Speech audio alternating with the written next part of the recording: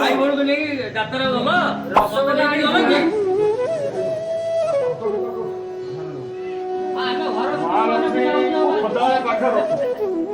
ଭଉଣୀକି ମାତ୍ର 9 ଦିନ ଗଲୁ ସେଥିରେ ଏତେ ରାଗ କାହିଁକି? ଆମକୁ ସେଥିପାଇଁ 5 ଦିନ ଯାଇ ପୁରା ରଥ ଭାଙ୍ଗିଲା ଆମେ ସବୁ ଶୋଇଲୁ କହିଲେ କାହାର ବାପ ଦିଅ?